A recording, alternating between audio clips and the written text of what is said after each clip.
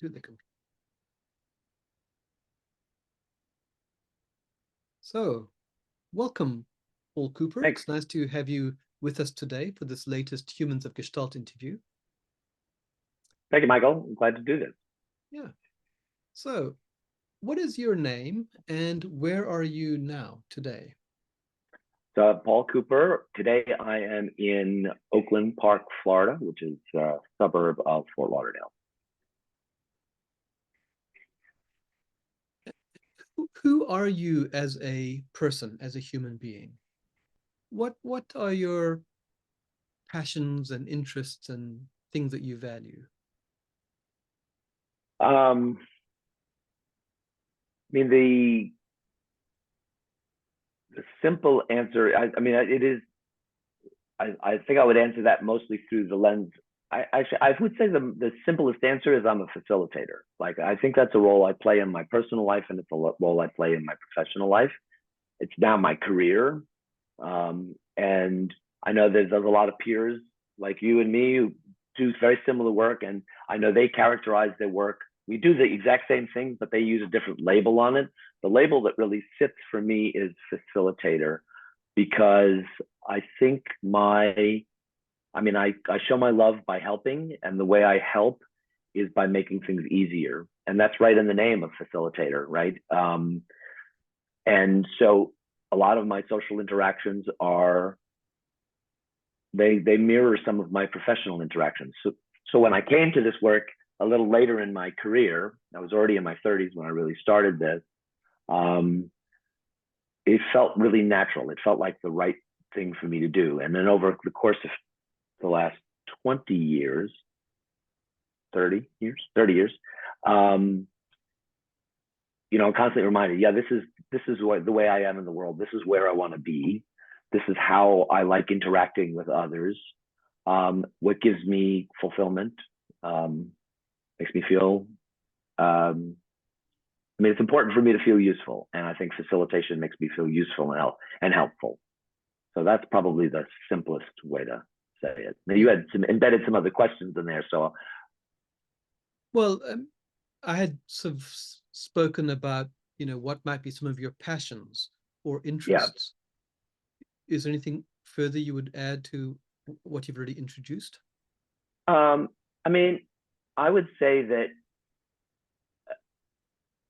I have I am passionate about having fun. If that sounds a little bit trite, so be it. Maybe I'm maybe it's bordering. If it was dysfunction, it might be bordering on hedonism. But I like things that are fun and enjoyable and pleasurable. And I've never been one of those people who um, wants to feel a sense of accomplishment through suffering or through. I mean, obviously, there are moments and parts of your life where you have to do the hard work, you have to do the hard things. And some people relish those opportunities to struggle and overcome and work. And I don't. My passion is being with people who are enjoyable, who will have fun with me, who will experience wondrous things, surprise and delight, where we surprise and delight one another. Um, and and I bring that into my professional life as well. So I would say that for me, the characteristics that I think is like the current thread that runs through everything is sort of this desire to just sort of to find enjoyment in things. I'm not always successful at it. There are lots of times I can get moody and unhappy and be kind of despondent for long stretches. But hopefully, I like to think that I come back to finding a way to find joy in my experience, or change the experience so I can be doing something else that's more joyful. So in what you're saying, you're sort of touching on part of my next question, which was about values, Yeah. right? So what would you name as being your core values, and how do you hold them? How do they show up in your life? Yeah. So this is one of those Dr. Heal Thyself questions. Like, right? I work with organizations all the time where the question I'm asking them is like, what do you value? You gotta get your hands around what's important to you. And it's easier for me to ask that question than it is to answer it.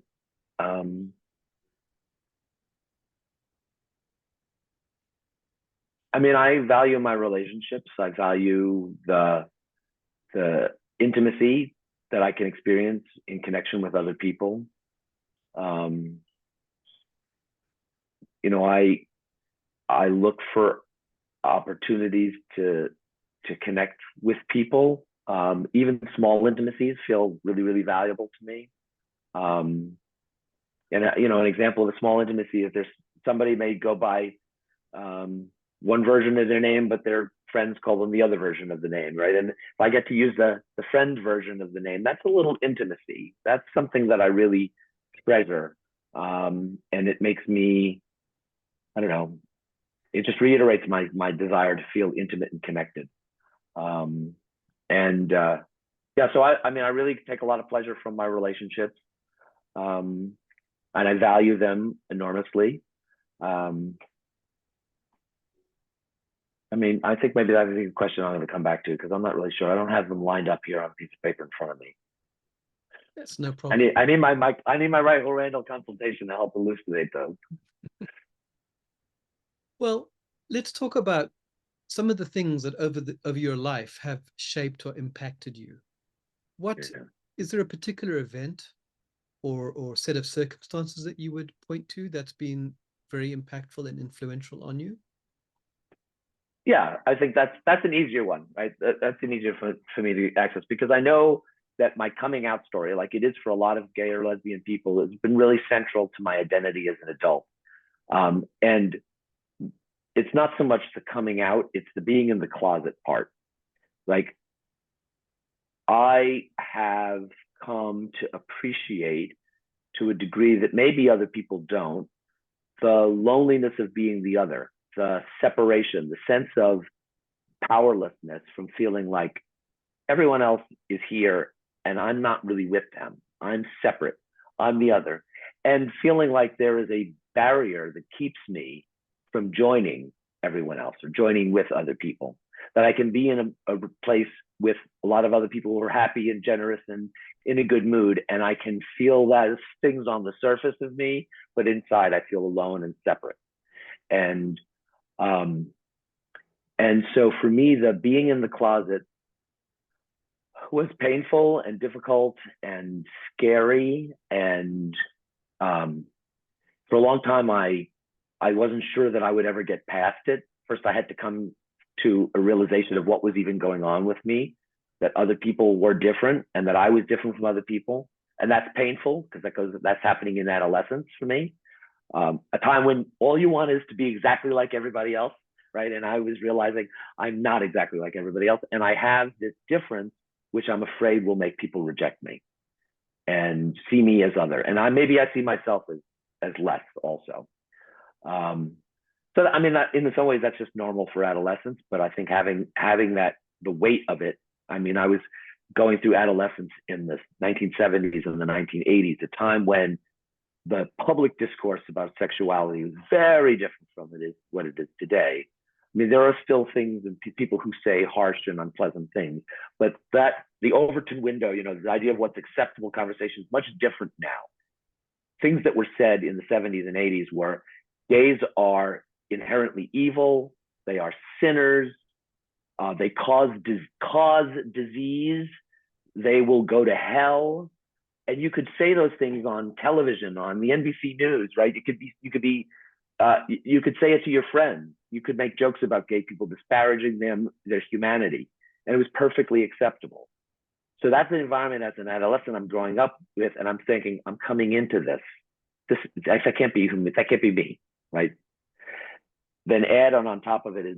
So I graduated from high school in 1979, go off to college, and so I spent my college years in the heart of the beginning of the AIDS epidemic. And the metaphor I always use about that is, I'm going to stay in my foxhole. I'm not sticking my head up to get mowed down by the machine guns being fired over my head. The machine guns being the condemnation of others and the threat of horrible disease and death. Because in the late 70s, I mean, it wasn't really identified until 1980 or 81. But at that moment, the story of AIDS was death and disease and death. Not a crowd that I wanted to be a part of.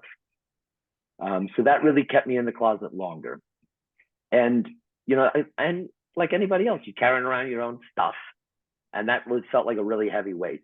By the time I got into my adult life, I mean, I had more ability to separate myself from the stories and the fears and to try to find a way to live myself a little more authentically.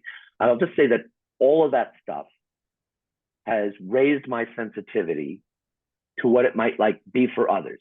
People on the outside looking at me, they didn't see the turmoil I was carrying around because I wasn't showing them. And the idea of being in the closet is, I'm not telling you any of this stuff. I'd like it if you didn't pretend you noticed it. I'm putting it over here so you can't possibly notice it, right? It's about concealment. And I don't know what's going on in other people's lives, what they're concealing. When I enter a social situation, I now pay attention to who's the last person to speak, or whose ideas are not being registered, or who doesn't get looked at. Like, is the group turning away from one person or turning towards one person? Like I'm like everybody else. I can get seduced by being part of the in crowd, but I do have another part of me that makes me wonder, like, what's going on with this other person? Who in every group there's somebody who is the least on the in or is carrying some trauma, and I don't want to pull that apart, but I want to be sensitive to it. And some of the most painful experiences I've had as an adult have been in when a person has said to me one way or the other, you didn't defend me. You didn't look out for me when I needed help. And I don't want that to ever be the case. Like, I want to be the person who does defend the person who needs help, who does reach out and say, what's going on with you? How are you doing? I don't pretend that I do it every day and I do it in every circumstance, but I know how important it is for me to feel like that's my role. Like, I want to help the person who is most on the outs to get on the in. And I don't mean to put it in the terms of in and out always. I mean, that's a lot of how I saw it in my own circumstance. A lot of times it's just simply empowered and disempowered, right? And there can be lots of variations on that. Right. So you've given a very vivid description of what the context was like as you were growing up and going off to college, and the inner grappling that you were having. Was there anything in particular that helped you realize you were ready to come out? Well, I will. It's like this couple. Well, I'm not quite sure if I can answer it exactly the way you posed it, but I can tell you what I experienced was that the status quo was no longer tenable. I couldn't hold the rickety superstructure of my half-truths together. Who did I tell this to? What pronoun did I use there? Why did I not go on that date that somebody set me up on? I didn't have a second life, but I had a second version of my life that I put forward to the outside world. I didn't really, to be fair, it's not like I was leading this gay life and this straight life. I was leading a straight life, which was inauthentic. And I had to keep that inauthentic story going. And it's a lot to keep track of. I just got exhausted. I was like, I can't. I mean, that's another theme, is like, I get impatient and tired, and I want to find the easy way out. And at some point, keeping the lies going was more difficult than I had the patience for. And one of the reasons that coming out of the closet has, to me, it has energy, because it's dropping all the useless shit, like all the stuff I carried inside of me, the worrying about it and the stories and it was just so exhausting. I was liberated because all of this energy that was wrapped up in my stories, I could now use for other things. That's helpful hearing that. So moving with something a little bit different. Yeah. which person has had the most impact on who you are as a human being, and how have they impacted you? Well, the easy answer is my mother, because it's the right answer. It's really the only answer. My mom passed away. It's now, we're 8 days past 2 years, so 2 years and 8 days ago. She was 96. She lived a long life. She was ready to go at the end. Nobody begrudged her her decision to die. It was appropriate. But she was a I've heard this said about others, so I'm going to steal it and say it about me, which is everything you love about me is my mother, or is largely my mother. My mom had a lightness about her. She did not get wrapped up in stupid shit, which, given that she was born in 1925, it was a very traditional life in many, many ways. 2 children, life in the suburbs, husband, careers, very, in some ways, a very traditional story. But, she didn't get wrapped up in trying to conform. And she didn't see herself as a radical, when she saw opportunities and things that were important to her, she just moved towards them. And she did it in a couple of ways. I think I recounted some of this in her memorial service after she died. But I hadn't really put it together. Let's be fair. For most of our lives, we just think of our parents as our parents. And then at some point, if we're fortunate, we get to see them as whole human beings later on. And then as she got to the end of her life, I got to see a little more of take the whole picture in. And then at her memorial service, I don't know, it was liberating to see an entire story. And I had a couple of themes. The one theme that I think I saw the most was, she was willing to do things that were not necessarily the norm. I'll just pick out a couple. She's in her early 20s. She was living at home with her parents, which is a very common thing because she's unmarried. And she and a friend of hers she had a job. She worked at New York Telephone, her friend had a job, and they decided to go on a trip together. They got tickets on the Queen Mary. They went to London. They went to Paris. They spent a month in Europe. Now, these are 22-year-old single women. I mean, it wasn't unheard of, but it was unusual enough that the local newspaper ran a story on them. Okay. Now, today, no one would, there's nothing to talk about there, right? But in 1950, 1949, 1950, it was kind of a big deal. I mean, it was something, right? Okay. So, great time, very important experience in her life. She married my father in the late 50s. They have 2 children. She had quit her job when she got married, but then as my brother and I started to get we went off to school. She went back to college and got her bachelor's degree, finished her bachelor's degree, and then her master's degree. And then she had a second career as a public school teacher, working in special ed and then in the regular education system in New York City. Now, not unheard of, but she was kind of 10 years ahead, right? She was back in the workforce in 1967, and that really didn't happen as much for women in her kind of station until the 70s, where a lot of women, because of lots of reasons, I think, went back to work. So she was way ahead of the curve.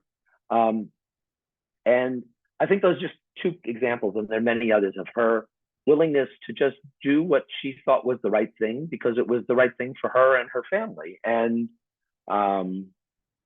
I'll just say one other thing, which is that back when I was a little kid, I had some adult friends that I had met through their camp counselors when I was a camper at this sleepaway camp. And they became family friends. And the one said to me at some point, he said, your parents are great. Your father's great, but your mom is unbelievable. And I was like, Gary, what are you talking about? She's just my mom. And it just took me the course of my life to realize the degree to which she really was unbelievable. And I do have one asterisk, actually. Which is the very end of her life. So she was probably 6 months before her death. Well, I was just sitting with her on the couch, and she had a dementia, so she couldn't sometimes remember very much, but other times she'd be very lucid and had a great memory. And we were talking about something, and she said to me, kind of out of the blue, she said, I kind of did a lot of stuff during my life, didn't I? was like, Mom, what are you talking about? And she said, well, I don't know, like, she was a Catholic girl who married a Jewish guy, which was in the 1950s, which wasn't that typical. And she, as I said, she went back to college, and she had this career, 2 careers, and she said, I kind of did a lot of stuff. It's like, yeah, Mom. And so I love that at the very end, she kind of had this awareness, like, you really are, she really is fantastic, and she really has had an amazing life. So I would just say I aspire to be, my mom, more like my mom every day. Very touching stories of her. Yeah. Thank you for sharing that. Mm-hmm. How do you experience and understand your gender? Mm.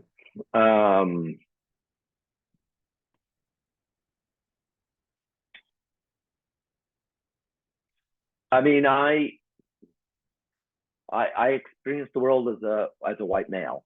I know you only asked about gender, not race, but I think those two things are inextricable. At least for me, I mean, my whiteness and my maleness both confer lots of privilege, and I have taken full advantage of the privilege that's been offered me, not kicking it away. And I can see that, the times that I'm arrogant and presumptuous and declarative, this is the way things are, those are male characteristics. They are white American characteristics. I mean, our friend, I have an English friend who said, he used to say to me first with disgust, Paul, you're such an American. Now we became friends, and then it became less of disgust and more endearment. But I do feel like white male American, cis white male American, is very clearly how I live my life, how I have lived life. I mean, I would like to think that it is tempered by an awareness that I have the privileges that come from that, and that I'm not abusing those privileges and not misusing them. And then in some ways, I'm trying to use my privilege to support others who may or may not be so, be in the same circumstance that I am. So I mean, I know you just asked about gender, but I'm not sure how I can separate. I mean, I certainly feel like a man, and I certainly know the ways. I'm aware of the ways in which maleness shows up in my presentation to the world, my identity, my self-identity, how central it is to my identity. Yeah. Stop there before I go trailing on in some inanities that I don't really believe. Sure. Well, I mean, you've begun talking about this awareness of privilege. Yeah. So kind of a broad question from there is how do you experience privilege and power in your life? Is anything you can say beyond what you've already described in relation to your sense of gender? I mean, I think the truism is about privileges. You don't realize it until somebody calls it out to you. Like, I mean, I don't know. Like, I'm in Florida here. I went to the Publix supermarket a couple of days ago. I don't know what would happen if I thought I had my little shopping cart, little hand cart, in my hand, and I had a couple items, and I realized I need to go get the cart with the wheels on the bottom. So I was thinking about taking the little thing in my hand out the door into the little ante room to get the cart with the wheels on it. And then I thought, well, somebody might think I'm stealing things. So I didn't do it. I put it down, right? And I got the cart, I brought it back, and I put my little hand cart in the big cart with the wheels, and I continued shopping. I am aware, I hear other people say, like as a white person, I might well be, as a male, white male, I might be well able to take that stuff out, put it in the cart, no one would say anything to me. But maybe as a black male, I would be besieged at that moment. You're stealing. Or maybe as a woman of color, or I don't know where the fault line would be in that circumstance. Maybe anybody would be given leave to do something small like that. But those are the places, like, I don't know where my privilege is, because I have privilege, right? And I don't know what the circumstances would be for a person who didn't have those particular privileges. Thank you.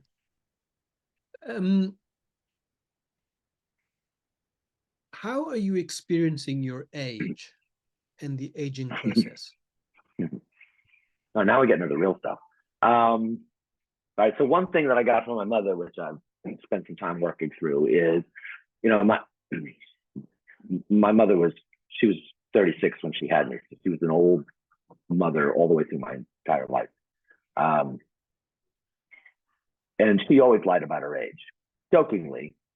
But, you know, for a while there, she was 29 every birthday. And then that became unsustainable. So then she was 39 for every birthday. So she's living in the retirement community. And, you know, how old are you, Gladys? I'm 39. Like, she didn't want to tell anybody her real age. Now, she wasn't, some people are much more manic about it. It was a joke, but it was also serious. And I think I carry that with me, which is I've always felt like I'm the wrong age. When I was young, I felt like I'm not old enough. And I had some personal experiences where people would dismiss me because I'm a kid. Those stung. And then I had a couple of professional experiences. I had a client say to me at some point, I think I was probably 27 or 28. She looked at me and she with a kind of a sneer and she said, "Come back to me when you're older." Like, and that sat with me for a long time. So I had that felt. And then at some point, it flipped to the other side, and all of a sudden I was just always too old, right? And so then once that becomes a story, that's an endless story, right? You never outgrow being too old. I'm a little more at peace with it today than I have been in the past. I have a boyfriend now. I also, I'm ending my marriage of 19 years is in the process of being ended, and I have a boyfriend now who's considerably younger than me. And somebody asked me, does that make you feel older or younger? And in fact, it makes me feel both older and younger. That spending time with him and with his friends, some of whom are about my age and some of whom are about his age, it feels more alive, right? People are more energetic. There's a lot more stuff going on. They're more connected into different social circles and things in the culture that I've stopped paying attention to. And in some ways, that's great. That I like being pulled in the direction of where the energy is. On the other hand, it also sometimes makes me feel older because I'm done with that shit. I don't want to deal with that. Like, that's juvenile. I think the way I look at myself as being both young and being old. I feel young because in some ways, I'm still energized by the things I always should be energized by, and I want to continue to do things that I used to do. I mean, when I played softball, it's a recreational league softball every summer. I became, like the oldest outfielder in the league, right? And I was perfectly okay with that. Like, that's fine until my knees hurt, and then I had to stop. I now know why the other outfielders would all stop. So if I go to a party and I'm the oldest person there, that feels okay. But on the other hand, I'm the oldest person at this damn party. Like, I'm at the party and I'm having fun and I'm enjoying myself, but I'm the oldest person here. And sometimes, so it just depends on how I'm feeling about myself at that given moment, whether my age I feel like it's holding me back, whether I feel like I'm being judged, whether I'm judging myself about it. So it is still a work in progress, my attitude about my age. It is nothing I can do anything about, right? The age itself. So, ask me again in 6 months or a year. We'll see what my answer looks like. Good. Well, I appreciate your insights and, awareness of age and aging in these social contexts. Yeah. So let's turn to Gestalt. How did you come to Gestalt? How did you meet Gestalt? Well, I had two very influential and persistent friends. One was Courtney Cahill, who I had known for 25 years. And Courtney had gone through the iGold program and loved it. And at one point she said to me, "Paul Cooper, you really need to do iGold." And I was like, whatever, I'm not doing that. Right. So I kind of put her off. It's a lot of money, a lot of time. It didn't resonate for me. It felt a little woo-woo. I would refer to it as sharing and caring, disparagingly. Like, "Hey, Courtney, how's that sharing and caring going?" and she'd tell me, and she's very excited. And I mean, I acted like I didn't give a shit about it, but she persisted, and so she got to me a little bit. And then you are the other person, because you came to me at a point when I actually was a little more ready for it, and with an idea that a group of us might get together and all go at the same time. A few professional colleagues joined the program. And this was, of course, because I'm all about value. You said there might be a discount in it for us if we all came together. So I would say it was the right time. Courtney had softened me up. And then you showed up with your offer, and I was like, yeah, now it's the right moment, I think. So that was the springboard. So what was your encounter with Gestalt? How do you mean? Well, you've spoken about this path, these two people who influenced you, made you aware of it. What was the setting in which you actually then began to experience or have an encounter with Gestalt? You're not asking about why was I choosing to do the course? You're asking about when I started to immerse myself in the ideals. Is that what you're talking about? Okay. I would say that I felt seduced by a lot of it and confounded by a lot of it. I initially thought like, oh yeah, that's a thing. I didn't know there was a name for that. And oh wow, look at that! Like, ooh, that's really exciting. So there's a lot of like, yep, I got it, or that resonates for me. Like, I was like, as I said, I was seduced by a lot of insights and the constructs. The way they gave me in that first week, and as the program is 5 full weeks immersive program. And in that first week, I remember there were many, many days when I would we'd go to a break and I'd be like, there's just so many things. Like, I couldn't write them all down. I couldn't make some of them. They didn't all fit together, but there was so much I wanted to capture and hang on to and come back and appreciate fully. The other thing that I was really left with is like, okay, so what?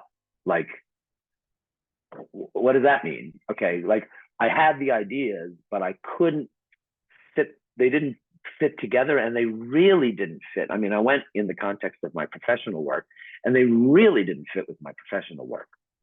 And that initial 1 week out of the 5, I left with like, okay, if this is so great, how do I integrate this into this career, which I've now had for, it was 2015. So I had been 18 years or something, maybe less than that. But let's say 15 years in my career at that point. Like, I have things I do in the ways I do them. And then there's this stuff. They seem like apples and oranges to me. And so that was my biggest question that I was holding, which is, how do I integrate? How do I include these concepts and make them real in such a way that, like, I don't want to have to learn a brand new not just a language, but I don't want to have to learn a brand new way of being. I don't want to throw out the 15 years or maybe my entire life, right? It's not just your professional life, it's your whole life. Like, I don't want to have to throw out everything I've done and every way I've been just so I could adhere to this new hymn book that I've been handed. I need to find a way to make these things work in the world that I already exist in, because I don't want to give up my world. I don't want to give it up. And it seems like it should be possible, but I don't know how these things fit together. Right. And I'm hearing from, your passionate description of this and that, and it makes sense. So there was something that was certainly resonating for you.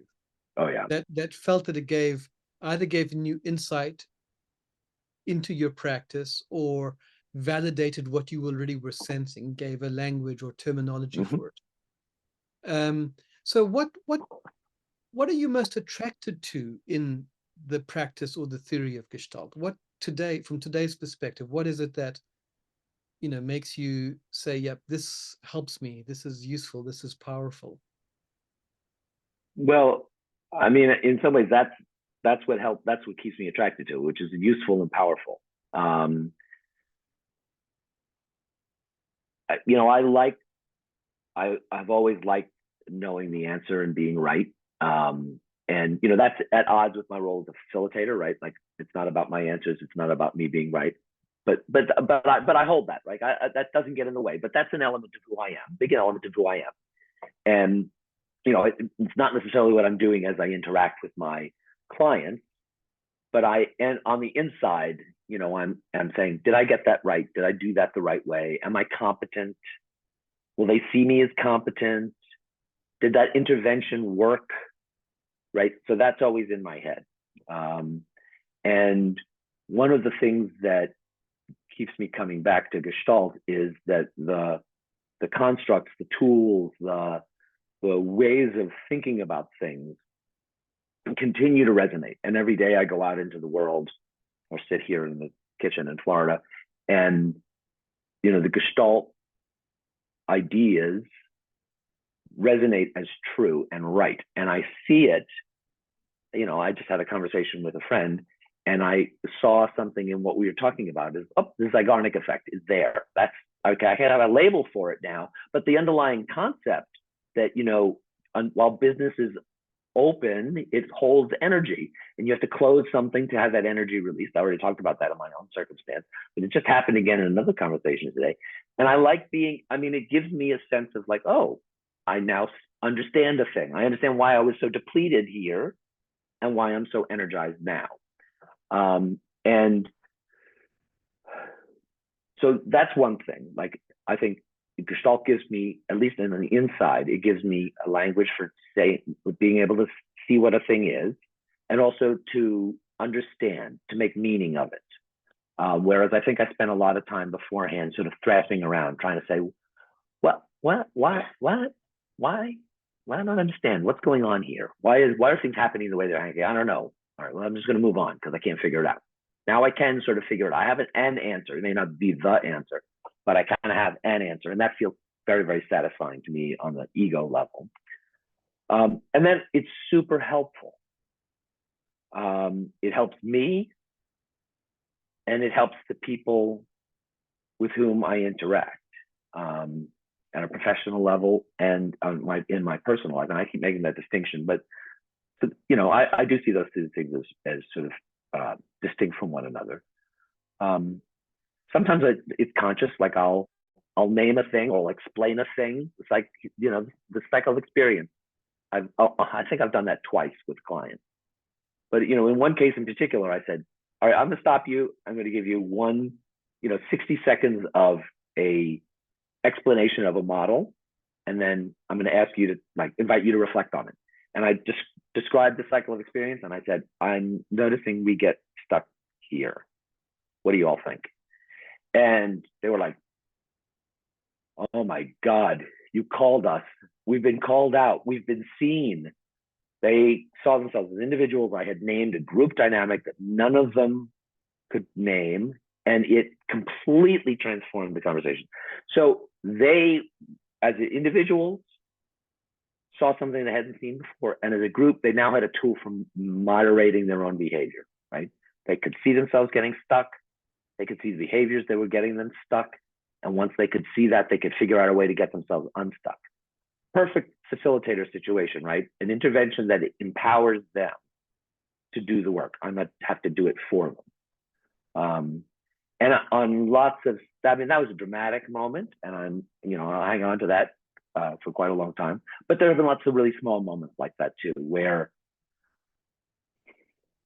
either my holding back or my intervening in some way, framed or colored around something that I'm aware of because of my Gestalt training, has really helped somebody else get unlocked, unstuck.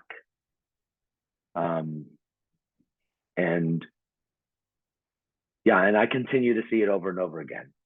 And I will just say that this is a final, maybe a note on that, which is that I think people who have been my clients, particularly, and actually also friends and family, have seen it as well, that they differently. They see me, not always clear why I'm different or how I'm different, but they see me differently. And several people have remarked on that there's something about what you do or how you do it that's not the same as it was before. And some of that is age and wisdom and not putting up with shit that I used to put up with. But a lot of it is, I think, attributable to my Gestalt training. You described yourself at the beginning of our conversation. You sort of identify as primarily at the heart as a facilitator. Yeah. And you've had this long career and practice as a facilitator. What's different today in your practice of facilitation? Because you're now drawing on Gestalt principles, Gestalt theory, what's different, in how you work now compared to what you might have been doing 20 years ago?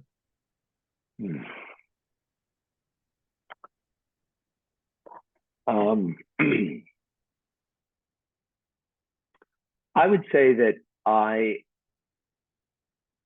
well, first of all, I think I see myself more clearly. I see Gestalt has raised my awareness that, when I am working with the client, I am part of their system. I don't think I ever saw that before. So that I have different responsibilities as a member of the system, right? I know that my presence is an intervention. I know that my presence changes the group. So whether I do or don't do a thing is that also has an impact, but I'm now aware of things that I wasn't aware of, and I hold myself differently because of it. I notice more about how confluent I can be at certain times, and I don't know whether that always serves their interests or not. Maybe just serves my interests.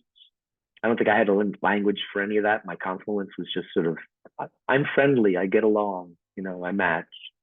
But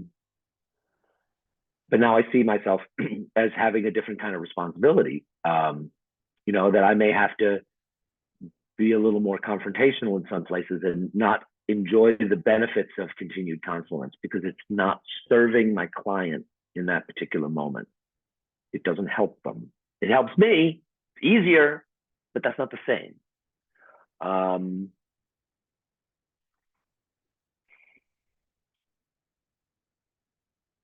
I think also that I just draw the boundaries maybe in different places than I might have before. I think I was always pretty good at disconnecting myself from the result. Like, I'm not here to make sure that you implement the strategic plan that we worked on. But years ago, I would get hired by a client and they'd say, we want your help to do A and B. And I'd say, okay, sure, I'm going to help you do A and B, without ever having any consideration about why is this client hiring me to help them do a thing? Like, what does that say about them? Do they really have the capability to do A and B? And is A and B what they really need? So in some ways, it helps me ask questions at the beginning that I didn't used to ask. So in that way, I'm taking a little more responsibility for the client's success. I'll give you an example, and you may have had the same experience. There's been a number of times a client has come to me and said, we want you to facilitate this meeting where we're going to do this planning. And I talk to them about it, and I'd get to the end and I'd say, you don't want a meeting. Like, I can take your money and I can facilitate your meeting, but that's not going to get you what you need. Like, you're calling this planning, but really you have an HR problem, which you just spent the last 15 minutes telling me about. And you think that the planning is going to be a nice cover that pretends that the HR problem isn't there. You'll have your plan and it won't work, or it won't work the way you're planning because it's still the HR problem is still there. So I'll tell you what, save your money. I think you should think about addressing this HR problem. Maybe I can help you think about that, but I'm going to talk you out of hiring me to do the work you want to do. Like, that's a thing I would never have done before. And so in that way, I am taking more responsibility for the client's health, but I'm also not owning the results, if that makes any difference. The question you asked probably has 500 answers, but those are the first two that sort of come to mind. Thank you. You've also described, Paul, some of the ways in which people around you have told you that you're different in some ways, or you've shifted and changed because of your kind of grounding in Gestalt. How would you say that Gestalt has affected you as a person?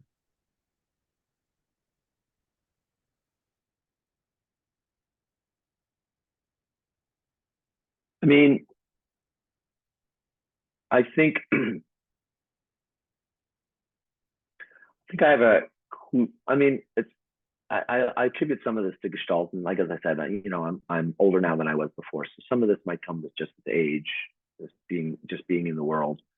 I think I'm more centered than I used to be, less striving, um, striving for attention, striving for validation, striving for, um, as I said, being able to tell myself I was right and I know the answer, um, or having other people tell me you're right, you're good, you did it right, you did a good job.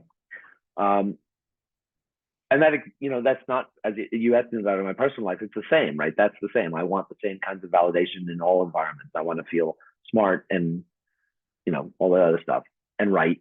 Um, and I think it has taken some of Gestalt has helped me by being able to see things. I think one of the ways that I call them constructs, but I think Gestalt helped me take big lumps of things and break them into smaller pieces and realize that each of the pieces is separate and distinct. They may all fit together in some way, but they are separate from one another. And the four roles of the intervener. I was stunned to find out that there were four roles because I thought I was just supposed to intervene. I didn't realize that sensation and awareness and meaning making could possibly be part of that whole thing, right? So being able to break things into their constituent parts, I've been able to see myself more clearly, to see my motivations with a little more distance, to be able to be in the dance and be in the balcony watching myself in the dance, and to look at myself and Gestalt. I mean that it's not explicitly a Gestalt practice, but it is an element that has enabled me to do my Gestalt work, right? To be able to see myself in context, figuring ground, to see myself in those terms, and to be able to maybe see the pieces, as I said, a little more clearly. And I don't have to change. I'm not on this mission to change myself or change everything about me. But I feel like Gestalt has contributed to my maybe a little more ease with myself and ease in the world, with myself in the world.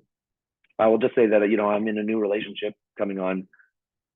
Monday will be 1 year, and I feel like I'm a different person in this relationship than I have been in my previous relationships.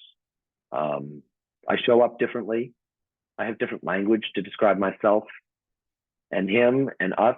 I see my interactions differently.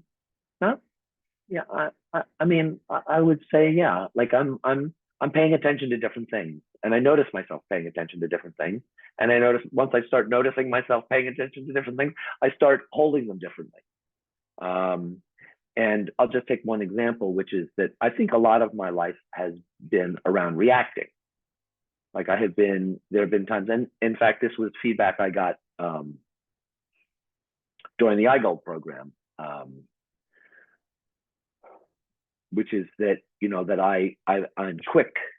I can respond to an experience very quickly. And the feedback from Chantel Wiley was, in one of our sessions together, was that's fine and you do that well and that serves you, but you also have another gear, another speed, and when you take your time and register what's happening around you, sort of to a different intake. I mean, that's the only way I can think about it, right? Instead of coming, this is as an extrovert, there are many times words have come out of my mouth that I have never seen or heard before. Like they just start coming out of my mouth, and I don't know where they come from. They just go. And sometimes I'll say, "Oh, that's a good word." I'm Kizos. And sometimes I'll come out like, "Shit, I shouldn't have said that." Right? So it's react. And Chantel's insight really helped me realize that that's fine, but having another gear gives me more range. And in my personal relationships, I now I notice myself, maybe if at one point I was intentionally slowing myself down, but now it's a little more natural for me. I find myself being more naturally slow, not quick to react, more to wait for it to come to me, wait for it to land before I decide what or how I want to respond. Yeah, I mean, this is really interesting because what's sort of coming to me in my awareness here is about the use of self, Yeah. right? And it's not just something one polishes for one's professional work, but I'm hearing from you there's a real equality to the integration of who you are, personal, professional, your whole person, um, so that when you show up to your clients or you show up to your family and friends, you are more authentically you, with more range and more capacity and more perspective. So it's not something you switch on and off, but by having started to develop it professionally, it's Mm-hmm. now having these broader impacts on all aspects of your life. Yeah, I think that's exactly right. And I had an ex who said to me once in a moment of fury, "Stop facilitating me." All right. So there can be an element of sort of clunky, mannered facilitation talk and okay, now let's write down the top 5 things, and I'm going to give you an index card. I'm take the like that. I get it. Like that's too much. In fairness, that was 30 years ago that he said that, but it's it's stung. It's stung. It still stings, and I'm still a little bit aware of it. But I do feel like I'm not facilitating people in my personal life now. As you say, I think this has become it because it started in my professional life. It has a professional context. Gestalt, I'm not a Gestalt therapist. I'm a Gestalt facilitator. So it's my professional work. But it feels, yes, it is more of myself, and it's more of me and less of what I do or how I do it, which that makes sense. It's a little more integrated into myself. Right. Yeah. Good. Paul, do you feel like you are part of a Gestalt community? I would say yes and no. I was really kind of blown away. So at the end of our 5-week program, the IGOLD program, John O'Hanafin, who was one of the 4 main faculty members, said something which is, now we're peers and now we are one community, right? Because we graduated from the student into some other thing. I don't know what the other thing is. And I remember being like, what? Really? Wow, that's fantastic. Like, I want to swim in the Gestalt pond with all my fellow Gestalt pond swimmers. This is fantastic. And I do feel like, that group was a community when we were together. And now, of course, we've all gone back to places around the world, and some of us our relationships have weathered to some degree. Some of it's still strong. As you and I are in a Gestalt community of practice that meets every month. And so to that degree, I feel very much connected to a Gestalt community.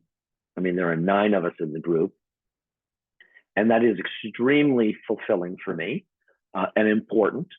And I'm so grateful that has continued. It started as a study group, right? You can recall I said I need to get together because I need somebody to explain to me what the hell this means that we studied in our first week, because I don't understand it at all.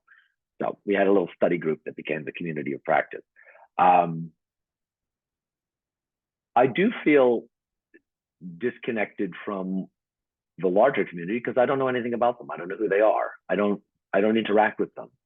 I kind of, IGOLD group, we had kind of talked about having an alumni event. There was one alumni sort of master class that happened, which was wonderful. I got to meet people from other cohorts in IGOLD, and there are probably 200 people in that in that population, maybe a little more now. And I think I've met maybe half of them. But that's a small subset. There are all these people who've been Gestalt trained in other places, who come from the individual therapy side. I don't know how much similarity and difference there is in how you come to the work, but I don't feel like I'm part of a larger community. Small communities for sure, but not. I don't see how we're I would like to be. I would like to be more connected, but I don't see it now.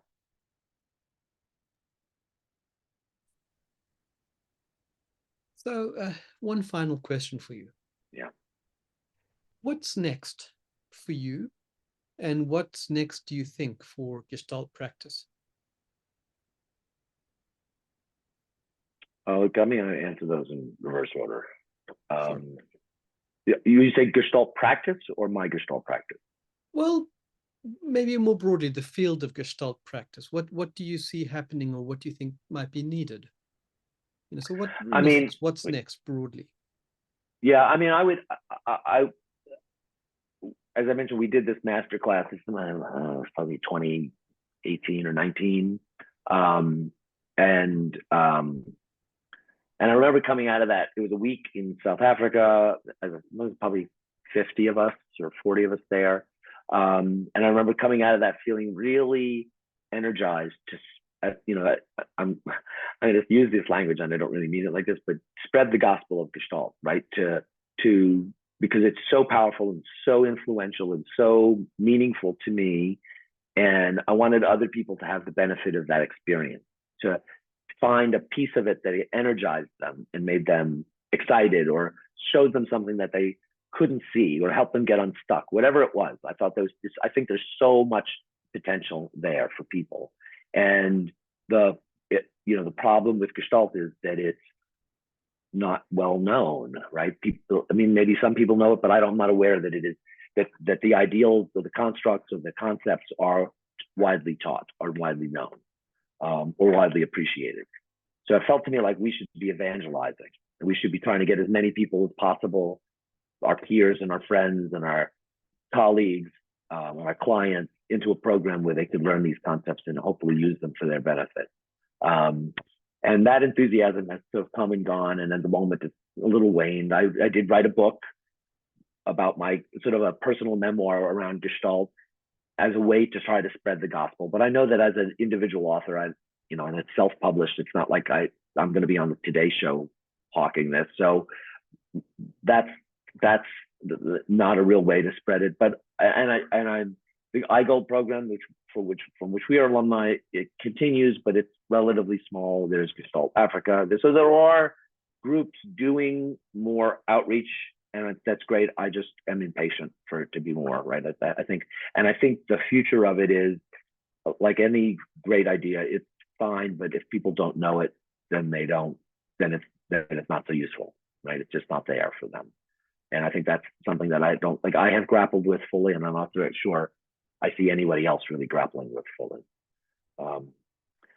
So for me personally, I'm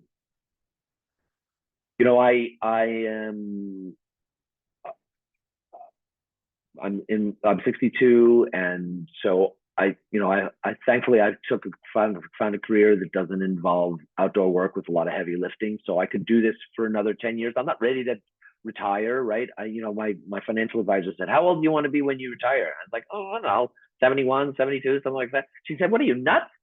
Like, I don't know. I finally got good at my job. Why do I want to retire now? Like, I know what I'm doing today. If you'd asked me 10 years ago, that guy should have retired. This one needs to keep working. So I would like to think that I'll keep doing a version of what I'm doing. I would like to keep doing it. As I'm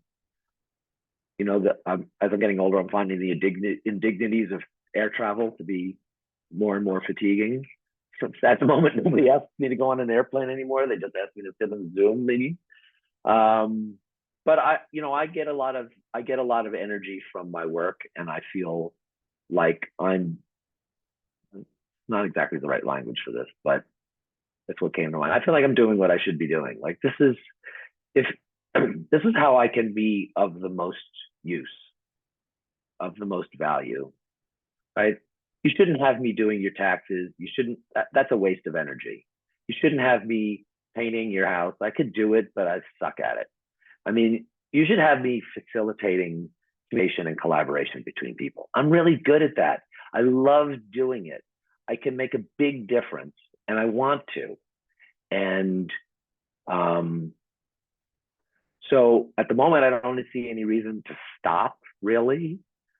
Even though some of my peers have already retired, and others, the ones who work for Google, they've all retired. But